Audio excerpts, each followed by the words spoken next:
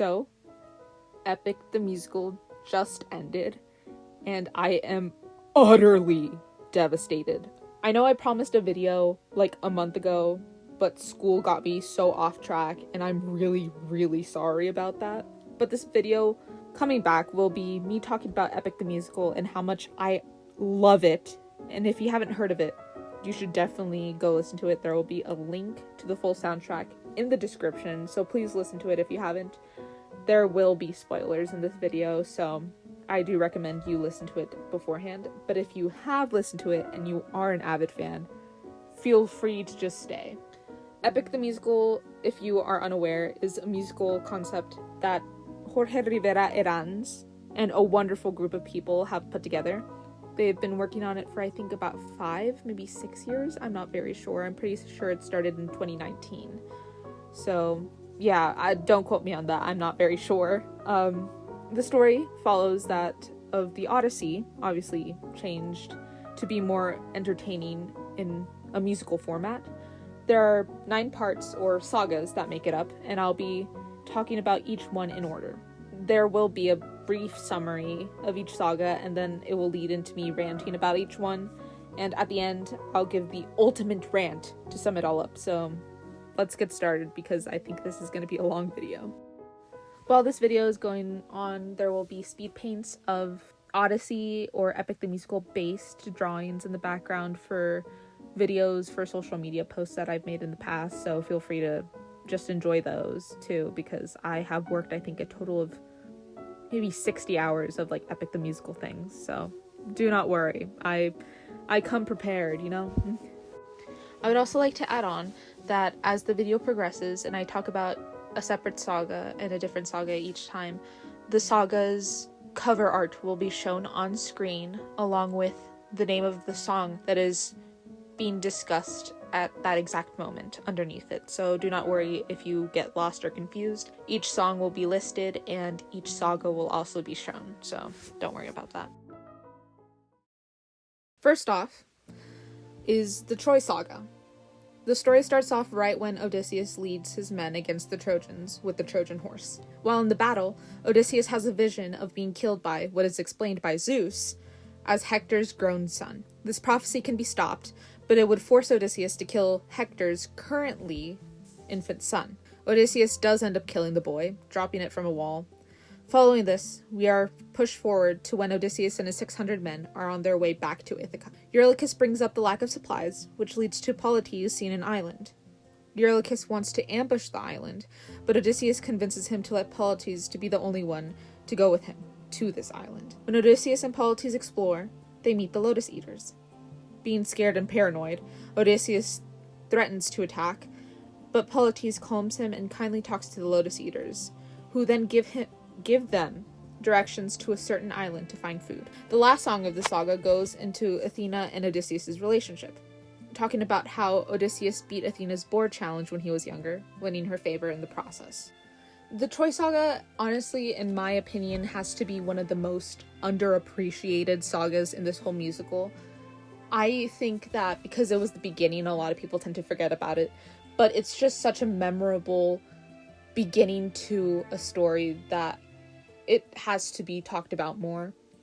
My favorite song from this saga specifically has to be Full Speed Ahead, especially because of how upbeat and smooth it sounds and how the background vocals of all the men just fits perfectly with the emotion that they're trying to go for.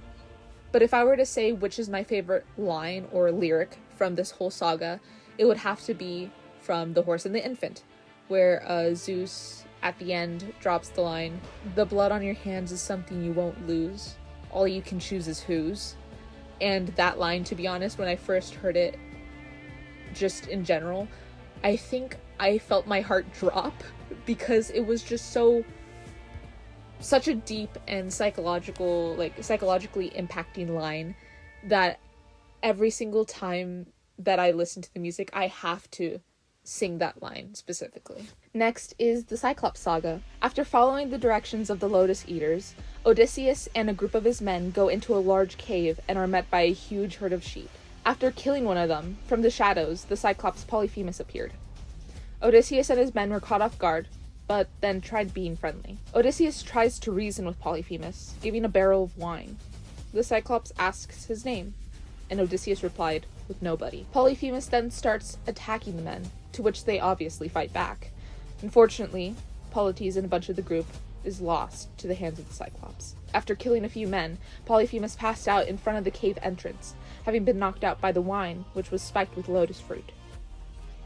Odysseus and his men then proceeded to sharpen the Polyphemus's club with their swords and then stab it in the eye to get it to move. Just like in the original story, Polyphemus cries out to the other Cyclops on the island. They ask him who did it, and he replied with nobody. Odysseus and his remaining men leave and get to the ships. As they sail away, Odysseus calls back to Polyphemus, not exactly taunting him, but warning him. Odysseus yells out his name in a moment of hubris, and well, you know what Polyphemus does. The last song of this saga goes into how Athena is disappointed in Odysseus, and how he refused to kill the Cyclops. They argue, and it ends with Athena leaving Odysseus with no mentor. Cyclops Saga. Now, the songs from the Cyclops Saga, I think, are underrated because of how, as you go on with the musical and you listen to the whole soundtrack, you kind of forget about the old good songs, you know? You kind of get caught up in the story and you kind of leave behind the comforting beginning and the start of where this whole story began. But I do think that the Cyclops Saga has such a great sound design because it makes you feel the tension of the area of being with the Cyclops. You feel like you are in this bubble in a cave with this monster. And I give props to the Epic team because they did so well on that. I think my favorite song has to be Survive, especially because of how upbeat and tense the music and sound design is, because you can feel the battle not only with like the battle and the slashing noises in the background and the Cyclops screaming, but also just the upbeat tension of the music and how it goes.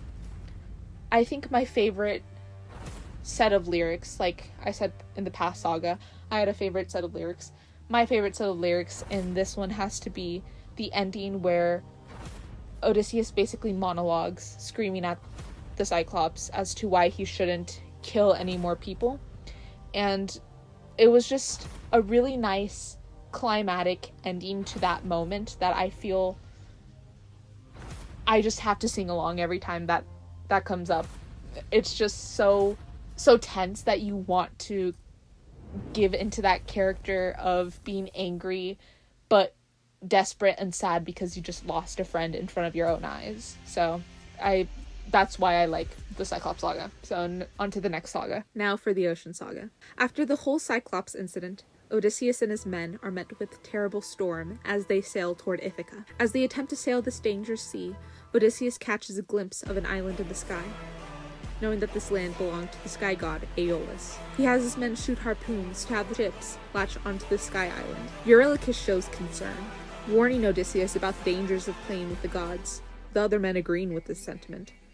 Odysseus pulls Eurylochus aside and talks to him, convincing him to trust in the plan. Eurylochus finally relents, helping Odysseus up.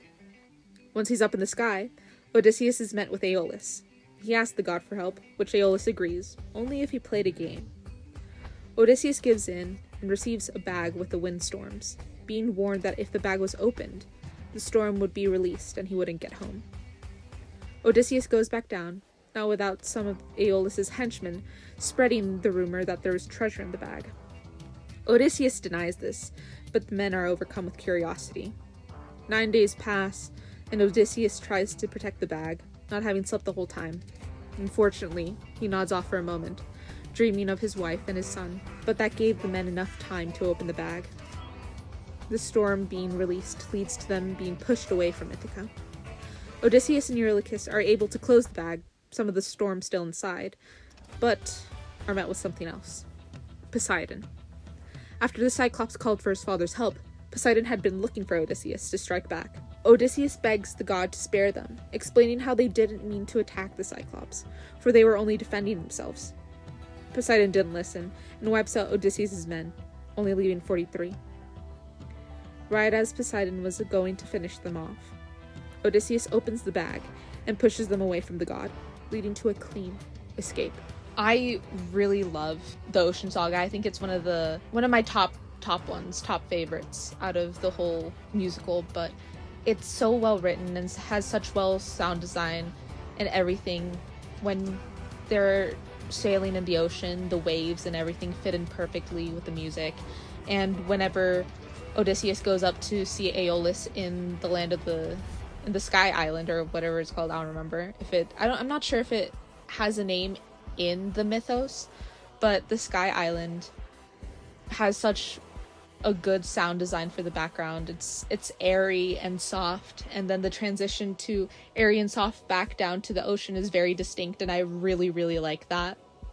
And even though technically the Land of the Giants is not directly placed as part of Epic the Musical, or at least one of the sagas, the background voices for Ruthlessness, where Poseidon is singing, are supposed to be the giants, and I really, really love that small detail, because even though they don't get their own song, they're still present, and I very, very much appreciate that. I really, really like that, especially because the Land of the Giants was one of my favorite parts of the Odyssey. It was just so outstanding to me. I don't know why, but I just really, really like that, and I think the Ocean Saga is really good.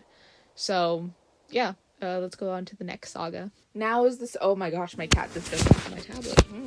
Move on. Next is the Circe Saga. After Poseidon's attack, Odysseus and his remaining men are washed up on a forested island. Eurylochus shows a sense of remorse and tries to tell Odysseus something, but is brushed to the side when Odysseus orders him to explore the island with the men. After maybe a half hour, Eurylochus returns back in a panic. He explains to Odysseus that the men were cursed, transformed by some woman, a witch. Eurylochus tries to reason with Odysseus, trying to get him to run away with him, but Odysseus refuses, wanting to go back for his men. Odysseus goes off to the palace, stopped halfway by an energetic Hermes who helped him out. Hermes gifts Odysseus moly, a plant that can defeat the witch. After thanking the cheeky god, Odysseus goes to meet the witch, Circe. She is sly and tries to scare him off with her magic, but Odysseus reveals his immunity from the moly plant, throwing Circe off. She stands up to him, but he beats her overall, and then she tries a different approach: seduction. She sweetly tries to convince him, but he pushes her away, staying loyal to his wife. She's caught off guard yet again, but admires the trait, deciding to help Odysseus and his men. She can't get them home, but she can get them to the Underworld to speak to a prophet. Okay, so the Circe Saga. I cannot describe how much I love Hermes. His voice is just— it's giving coquette. It's giving baby girl. It's giving I love this man and he sounds incredible. That's what I'm giving. That's what it's giving, and I like it. Circe's voice, Jorge's girlfriend, I am so sorry. I always forget her name for some reason, but she is gorgeous, beautiful, and she can sing so gracefully. Like, I'm jealous. I wish I had all those traits. But that's besides the point. Mostly I really, like I said with the other sagas, and I'm probably going to say with all of the sagas going forth, I love the sound design of how magical and mystical the environment is. Like, just walking through the forest, you can feel a sense of unease because of the magical sound design. And when you get to Circe's palace, it just feels even more— the tension of the magic being there is just so interesting, because for me personally, I see the tension between the moly and Circe's magic as like two colors, and they're like constantly fighting back and forth because Odysseus is like overpowering it with the moly.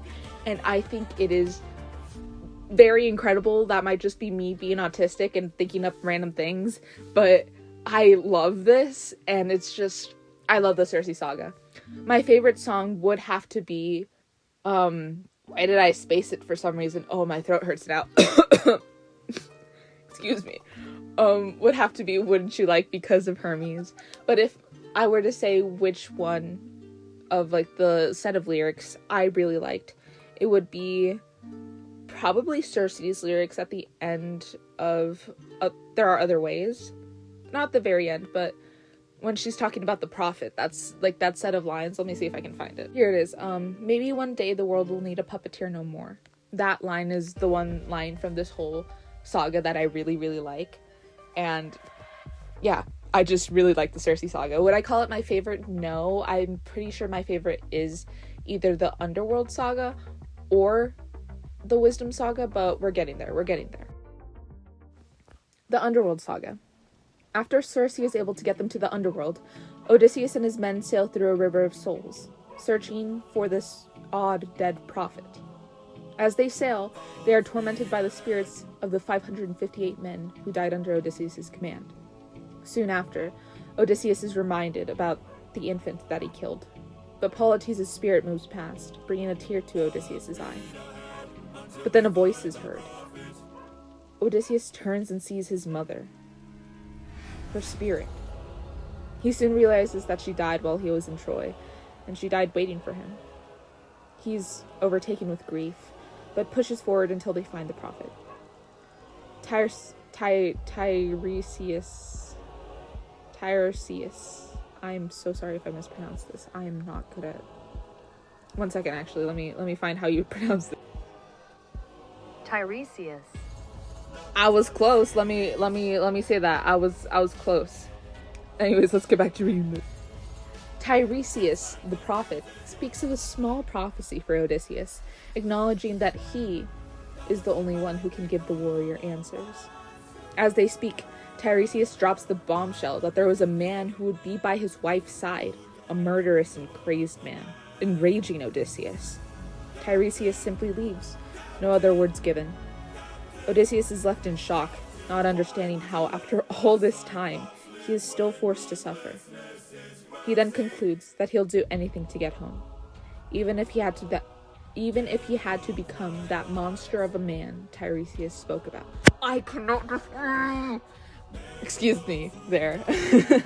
I cannot describe how much I love the Underworld Saga. It's Underworld, if I can speak. Whoa. I love the Underworld Saga. Like I said previously, I'm pretty sure the Underworld Saga and the Wisdom Saga are my two favorite sagas overall throughout the whole musical, besides the Troy Saga, because there's too many good ones, guys. There's too many good ones. But I love the Underworld Saga. I love how they describe, or how they, I can't freaking speak. Whoa. I love how they show the entrance to the underworld. There's just a sudden beat drop, and then the ethereal screaming of the damned souls or whatever, and it's just so well done. And oh my gosh, so I'm not sure if you guys follow me on Instagram or anything else, but on Instagram I posted like a while back a video about me wanting to plan out something like, what if Epic the Musical were on a stage, or like we're on Broadway or something like that. And I did that. I sketched out some ideas because I've been having it for a while. And then turns out Mason, I don't know how to pronounce his name, the guy who plays Tiresias, one of my favorite characters, liked the video. And I was tweaking out for like the whole rest of the month. Because at my school, we have a bunch of like theater kids, and we all love Epic the Musical. And I kept going around to them, and I'm like, guys, you won't believe what happened. You won't believe what happened. It's awesome. And so I got some bragging rights with that one. But besides the point, again, I love everything about the Underworld Saga. I love how the voices are slightly softer and more ghost-like, obviously because they're dead. I love Odysseus' mom's voice. Jorge Rivera Aranz, if your mom does not become a professional singer, I will I will write something. I don't know what I'm gonna write. What is it called?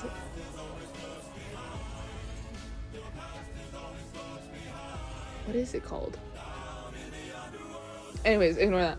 But I think my favorite song from this whole saga would have to be No Longer You, because again, love Mason. He is literally one of my favorite characters, and he has such a beautiful voice. And Mason, if you are watching this, I will steal your voice one day. It'll be mine. Because honestly, as a person who is in choir and has been singing alto and can sing tenor alto, you have the voice I've been wanting for years. So you better watch your back. Anyways, I'm actually going off the deep end here. I really like the Underworld Saga. Like I said, favorite song, No Longer You. But if I were to say which is my favorite lyric from the Underworld Saga, it would have to be the lyrics along the lines of the Underworld and some from Monster. Let me read them out. Okay, from Monster, it's, I'll go to where Poseidon won't reach us, and if I gotta drop another infant from the wall in an instant so we all don't die, then I'll become a monster. That lyric from Monster is one of my favorite ones. But then the lyric that I really, really, really like from the Underworld is when Odysseus and his mom go back and forth. I'm not going to read that out loud. I'll probably put it up on the screen because I can't read apparently, or can't speak at all. But I really like, guys, I'm actually tweaking out. I love the Underworld Saga so much. This rant is 4 minutes long. I should probably just skip on ahead, so I'm just gonna do that. Next saga. The Thunder Saga. After sailing out of the underworld, Odysseus and his men are met with a pack of sirens. One specifically goes up to Odysseus and tries to woo him, pretending to be his wife. The siren makes a small error and says that Odysseus has a daughter rather than a son. Odysseus then asks the siren for ways to avoid Poseidon, promising to go with her after she answers. She explains the only way to avoid the sea god is to go through Scylla's lair. Odysseus is hesitant and scared, but the siren makes a point to say that even Poseidon is scared to travel through there. Right after, Odysseus reveals that he was playing along with the siren the whole time. His men had captured the sirens one by one, and are then ordered to cut their tails off so that they can be thrown back into the ocean and left for dead.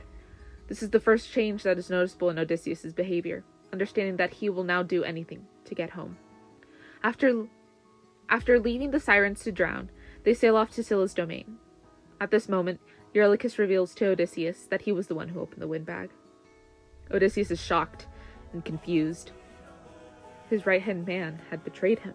Disregarding Eurylochus for the time being, he orders for 6 men to light 1 torch each. Right as this happens, Scylla reveals herself, swooping down and eating each of the 6 men.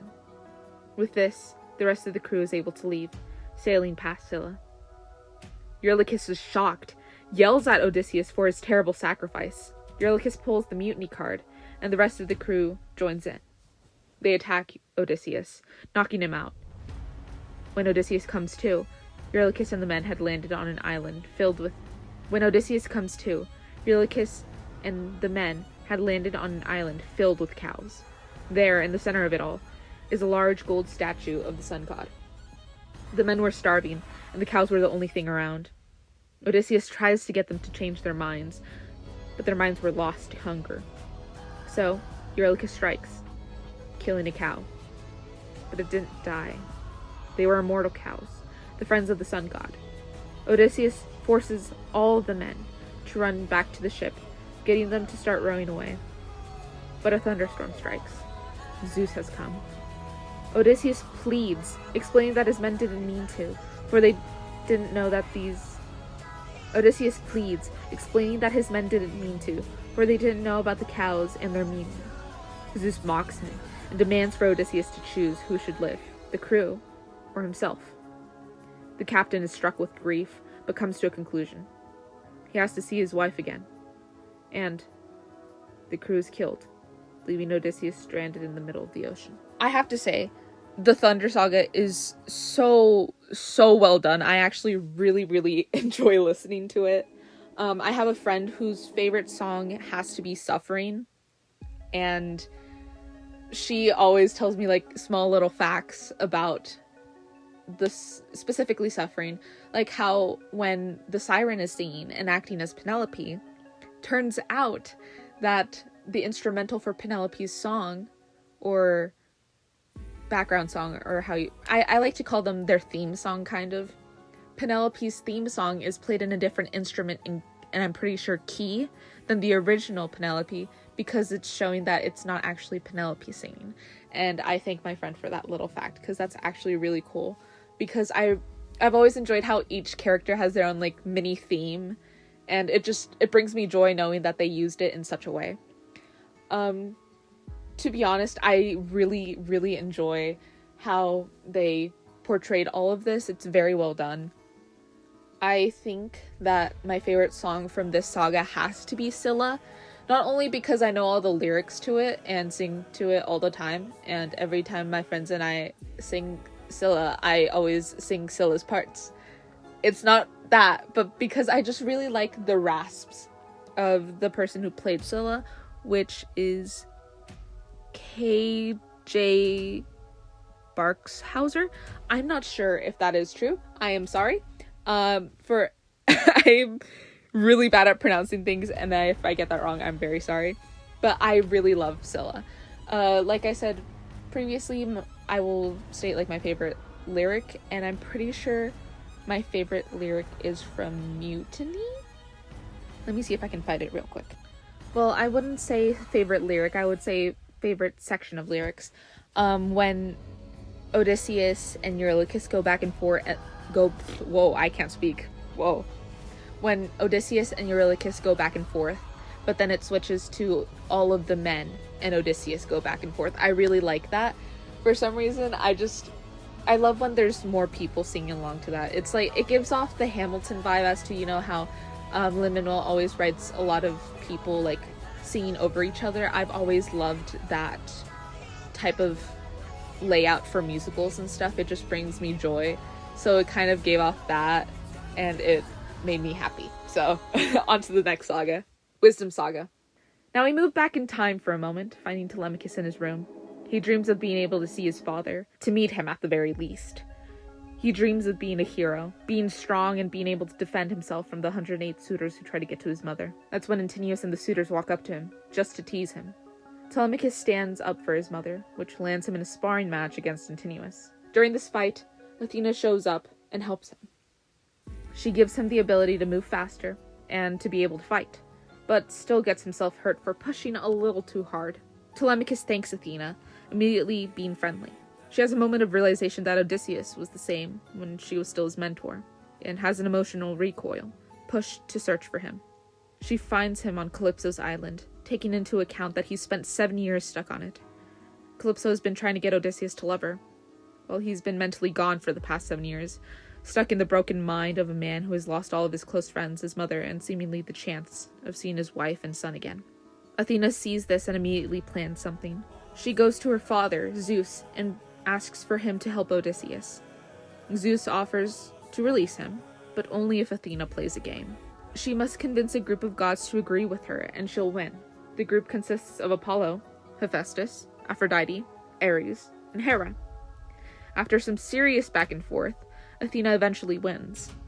Zeus is enraged that he lost and basically attacks her, but Athena survives, finally convincing him to let Odysseus go. Oh my gosh, okay, so Wisdom Saga. I love the Wisdom Saga because I love Miko, the guy who plays Telemachus.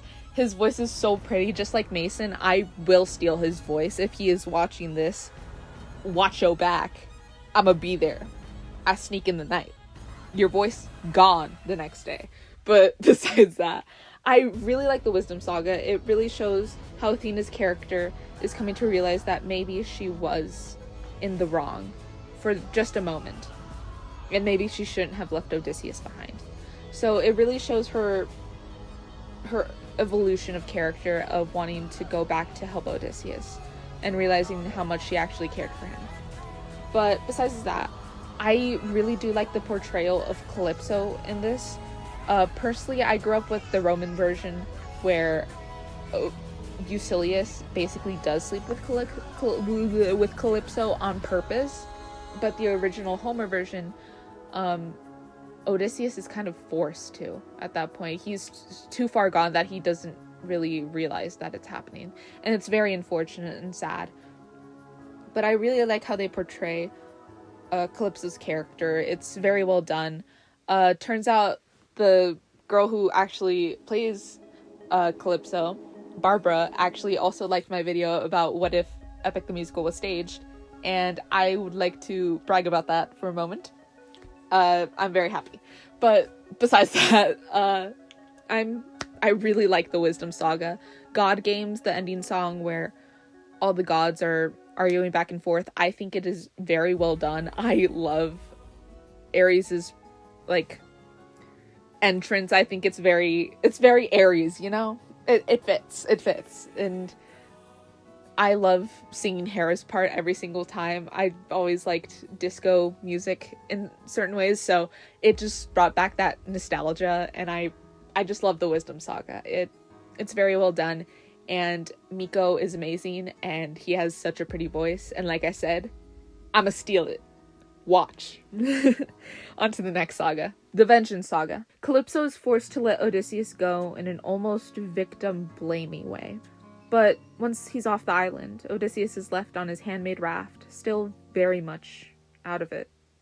Hermes, happily, comes down and gives Odysseus some things to help him survive.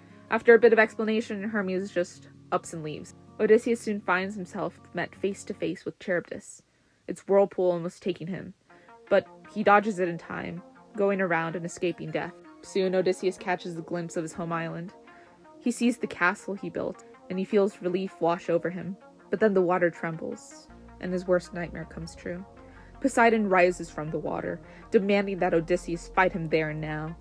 One last time, Odysseus asks for Poseidon to forgive him, trying to talk it out, but the god refuses. So Odysseus fights back, the spirits of his fallen crew helping out. Finally, he asks Poseidon one more time to call off the storm, but the god refuses once more, knowing the man couldn't kill him. But that's the worst part. Odysseus takes Poseidon's trident and stabs him with it, not stopping until the god gives in and calls off the storm. Finally, Odysseus can go home. Okay, now the Vengeance Saga. I really like the Vengeance Saga. It has some more of like the oddly upbeat songs, especially with Dangerous. Troy did a really good version with Hermes' Giggle. I really, really like that. But I do want to talk real quick about Not Sorry for Loving You. It's very, like I said in my summary, it's very victim-blamey, but there is a moment where Calypso does realize that she did do a lot of wrong, and I'm glad that she does realize that, even though it's in an oddly self-centered way. But obviously that's a character who hasn't really been around people because she's been trapped on this island for so long, so she doesn't really know about boundaries. That's all I'm gonna say about that. But I really like the song Get in the Water. I do think Get in the Water is is actually my favorite song from this saga, and it's so well done. I don't have the words to even describe it at this point anymore. I just love how well done all of these songs are, and it's just comforting to know that my fantasy of being able to like plan out a Broadway musical in my mind is happening as I listen to these songs and this whole soundtrack, and it's amazing. Like I said, Get in the Water is my favorite song. I think it's very well done. It gives off the tension. It's the voice acting, the singing, it's all well done. And I'm pretty sure has many people, I'm pretty sure a lot of people share the same sentiment. My favorite line, or set of lyrics, if you will, is from 600 Strike. At the very end, where Poseidon just like, how are you going to be able to sleep at night after everything you've done? And then Odysseus responds with, next to my wife. That part just always gets me, and I really like it. I can't say anything else at this point. I'm actually stumbling over my words, so I'm just going to go on to the next saga. So let's go to the last and final saga. And finally, we're at the Ithaca Saga, the last and the 9th saga in this musical. And I would like to point out this summary is going to be a little bit longer than the others. We see Penelope and her in Odysseus' room, working on her tapestry. She's distressed, worrying about how much longer she can hold off the suitors. They've grown impatient, and an impatient man is a dangerous one. She finally comes to the conclusion, scared that if she waited more for her husband, she would risk the lives of those in her kingdom and her son. So she comes up with a challenge. The man who can string Odysseus' bow and shoot the arrow through 20 axes will be the man she marries. The suitors, on the other hand, are sick and tired of waiting. So they plan something. They know Telemachus is coming back from his trip, that the ship is to land later that day. And Penelope would have no one to really protect her. So they plan to go and slice Telemachus' throat and then come back, and all 108 of them have their way with her. Unfortunately for them, a certain captain has returned and started a slaughter. The suitors beg for mercy, beg to be spared, but Odysseus has had enough, especially when knowing these men were going to hurt his wife and son. Some suitors try to attack Telemachus, thinking that if they had the son, then they can control the father. But this fails, all of them losing their heads to Odysseus. And that's when Odysseus meets eyes with Telemachus. The boy can't believe it. After 20 years, his father was back, and Odysseus shared the same sentiment. They embraced, shedding tears, but Odysseus has Telemachus go and tell his mother that the king had finally returned, and the boy obeyed. Odysseus smiles to himself and turns to find Athena. He thanks her, in a silent way. The tension between them is evident, for their closeness has been destroyed. But there is still a sense of forgiveness. Maybe they could be friends again. Telemachus comes back and tells Odysseus that Penelope is waiting. Odysseus heads to the room, and he nearly collapses at the sight of his wife. She's a little lost, a bit confused. Penelope knows that this isn't the same man who left for Troy, for the 20 years have eaten away at him, but the eyes seem the same. Odysseus confesses his sins to Penelope, begging for her to love him again, to forgive him, to know he never wanted to do all these things. Penelope, with the need to make sure that this man was the man she loved, asked Odysseus to move their wedding bed. Odysseus immediately blows up and is offended at the question, for he made that bed himself out of the olive tree he and Penelope fell in love under. Penelope cries out and embraces him, knowing that her husband is here and here to stay. The family is together after 2 long and sorrowful decades. Now, for the Ithaca Saga rant. I cannot tell you how much I cried while listening to this this ending. The Ithaca Saga came out on December 24th where I live. It was at around 10 o'clock at night when it came out. And when I tell you I stayed up, I listened to it, and I sobbed for 2 hours. And then immediately blacked out and fell asleep. And then the next morning I listened to it again and sobbed again. Is actually insane. Because I'll actually talk about that in my final rant. But just the desperateness and lovingness and all the emotions and the tension and the instrumental and all the screaming and yelling and slashing and shooting of the arrows, it was so overwhelming that it literally had me sobbing, and I had to be careful because my parents are somewhat light sleepers, and I was sobbing so loud that I had to calm myself down. And then after listening to the Ithaca Saga, I went on to listen to a lot of Weird Al to cope with my emotions. So that's basically what happened. If I were to say my favorite song out of this saga, I'm pretty sure it would have to be between Odysseus and I Can't Help But Wonder. As much as I love Would You Fall in Love with Me Again, I just really like Athena and Odysseus's moment where they basically just look at each other and are apologizing to each other in a way, and I really, really like that. But Odysseus, obviously, that song is just amazing, and I love it. It's so good. So I would have to say Odysseus is my favorite song from this saga, and I don't think I have a favorite line, to be honest. It's all so well done that all of the lyrics are so hard-hitting and meaningful that I just can't pick a favorite line specifically. So that's the Ithaca Saga, and now for the final maybe 5-minute rant that I'm gonna do. I almost forgot to add something to this mini rant. I wanted to talk about how in this saga they do not add Argus, Odysseus's dog. And don't get me wrong, love the Ithaca Saga. It's good. Wonderful. But if they added the freaking dog, I cannot tell you how much more I would have cried. Because while we were reading the Odyssey, or at least, while we were reading the Odyssey in school, I cannot tell you how much I cried in class because of the freaking dog's death. If they added just a dog howl in the Ithaca Saga, I'm pretty sure I would have cried even more. So I'm just saying, not saying that I'm mad about it. I'm just saying that if they did it, it would have made me a little bit happier. But besides that, let's onto the final rant, because I'm not going to shut up about this if I don't end it. So and now finally for the closing words, my ending to this video. I love Epic the Musical.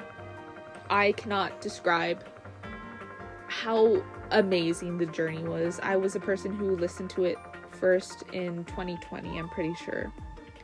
And it was something that reminded me of back when I was a kid, I used to read all of these Greek mythology books. There was a specific Greek mythology book that was like telling the stories through Legos that I remember always getting from the library. Like, I would at least get it 4 times a month. I'm not lying. Until I left and went to middle school. That's how much I loved that book.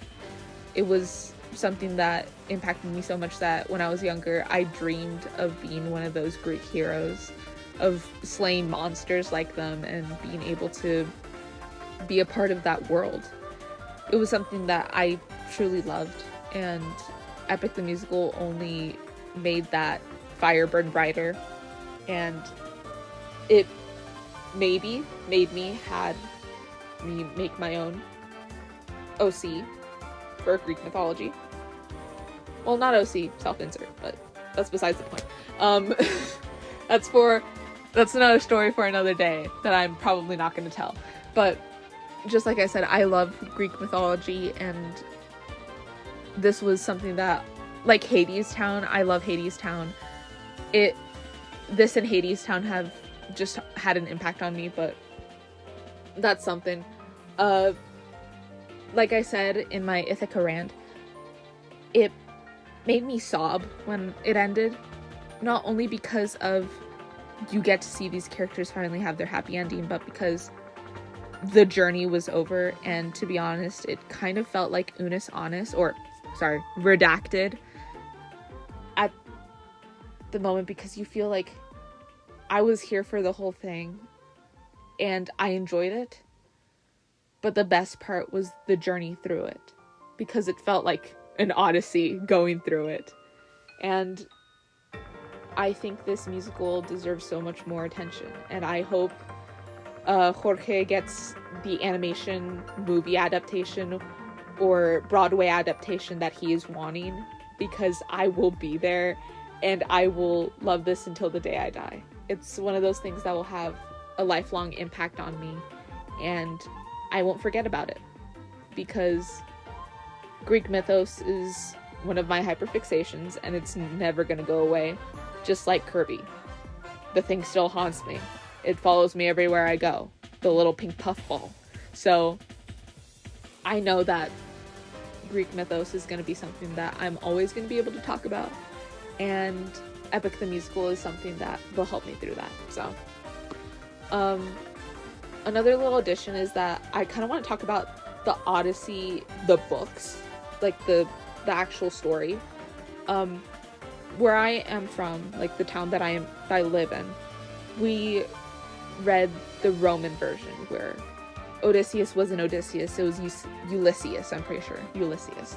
And I grew up hating Ulysses so very much that I was like, there's no way I'm gonna beat him up. To be honest, I actually still hate Ulysses. That man is not good. But after listening to this and going back and rereading not only the Roman version but also the Greek version, I was like, whoa, it's insane how I did not know that there was a difference. But then I realized it's the Roman version. Obviously there's going to be a difference. The Romans basically hated the Greeks. So that was my bad on my part, Pooks. I messed up at that point. But I really enjoy Epic the Musical. Like I said, if you haven't listened to it yet, please do. I recommend it. And even if you don't like Greek mythos, I think it's an easy, digestible version of the Odyssey. It'll be easier to learn from. And like I said, I have ideas for if this were to become a Broadway production. So if there's anybody out there, creator of musical, I got your back, dude. I have plans. I have ideas. So anyways, let's just end this video. I hope you guys enjoyed me ranting and talking about a musical and summarizing. So yeah, hope you enjoyed the video, and I really hope that you guys also are all fans of this musical, so maybe in the comments we can talk about it, but who knows. So thank you for watching the video all the way through if you're still here, and let's hope I actually post something sooner than last time, because I have no posting schedule at all. But hope you guys have a great rest of your day, and I'll see you guys hopefully in the next month. If not, follow me on my TikTok, Instagram. I post there. I also post on Tumblr. I'll put those in the description, so don't worry. I'll see you guys later. Bye.